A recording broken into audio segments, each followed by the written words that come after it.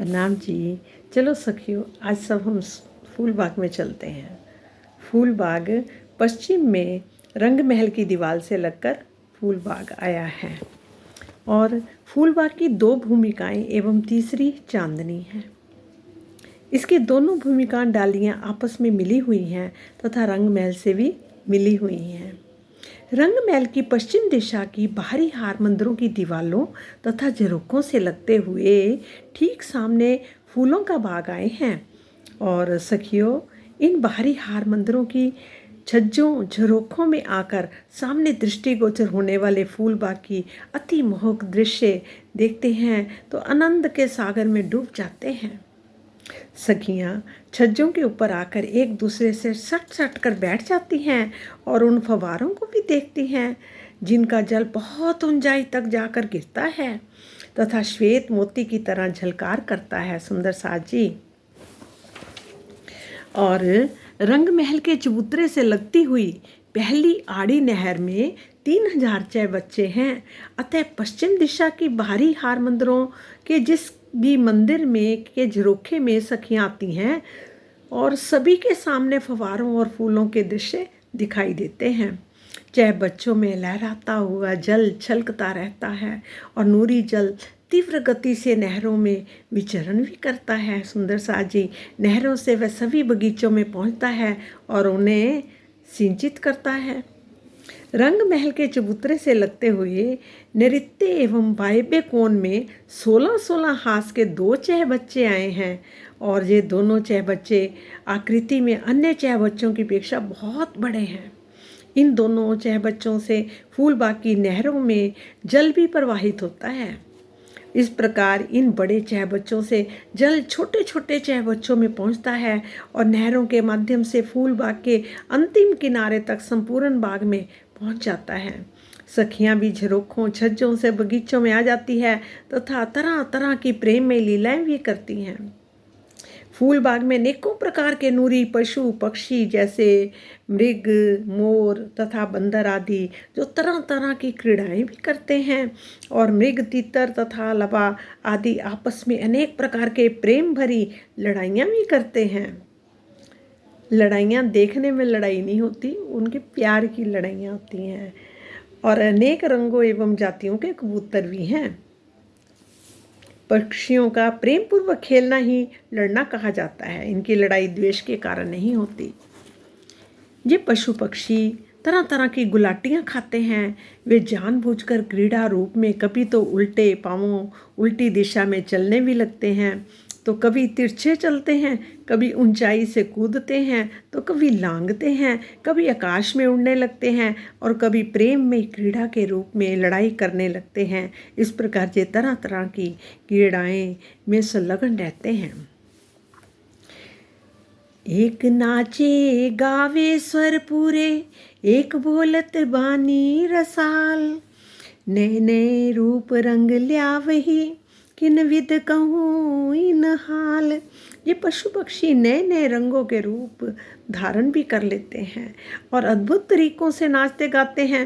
कुछ पीछे से स्वर पूरते हैं अर्थात गाने वालों के पीछे पीछे उसी राग में गाते हैं। कुछ तो प्रेम रस से भरी हुई बहुत सी मीठी बानी बोलते हैं। इनकी इन मनमोहक लीलाओं को कैसे वर्णन किया जा सकता है। कुछ पशु पक्षी छोटे हैं तो कछु बहुत बड़े हैं, जिसमें सखियां इन पशु पक्षियों पर चढ़कर जहाँ इनके साथ तरह तरह की प्रेम भरी खेल भी करती हैं।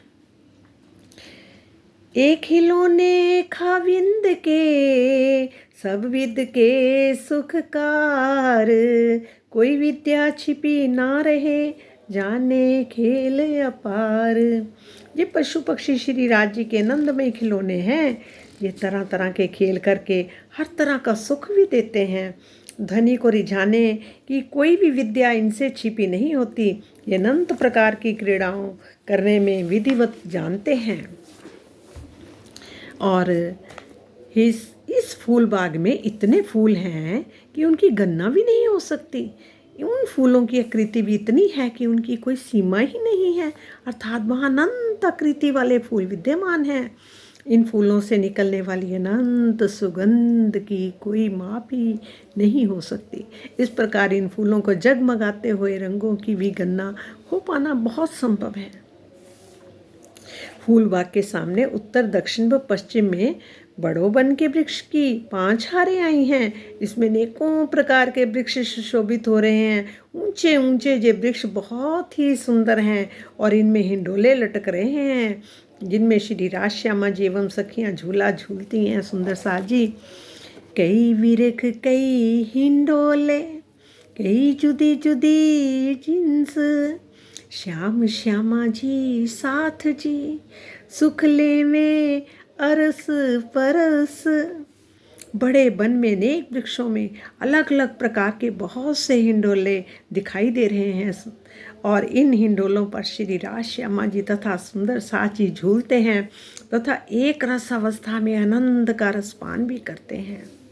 एक रस का मतलब अरस परस, आमने सामने। कहीं कहीं छोटे छोटे हिंडोले हैं, कहीं लंबे लंबे हिंडोले आए हैं, कहीं पर लंबे लंबे हिंडोले दृष्टिगोचर हो रहे हैं कि उनकी लंबाई का माप ही नहीं हो सकता।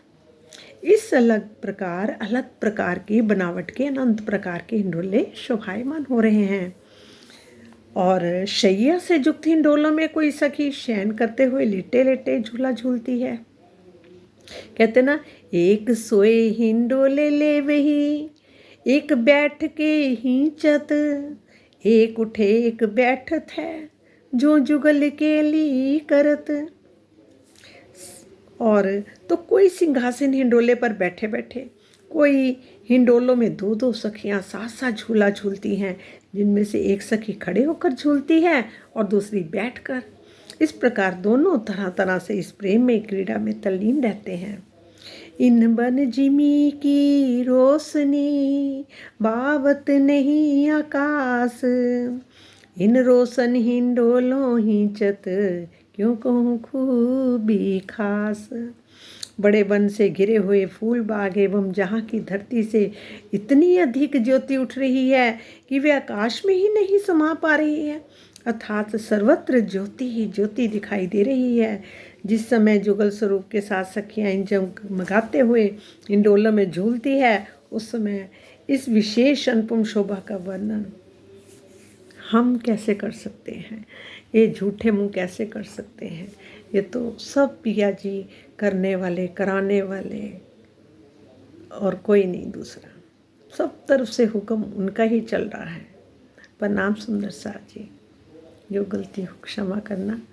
ये वाणी है हम सब की एक दिली ये वाणी है।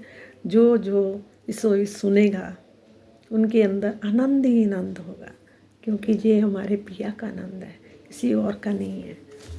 प्रणाम जी, ये अमृत की वाणी है, ये सबको मुक्त करने वाली वाणी है, ये सबको मुक्ति देगी और उनको जो सुनेंगे, जो विश्वास करेंगे, उनको वो अपना ही स्वरूप दे देंगे।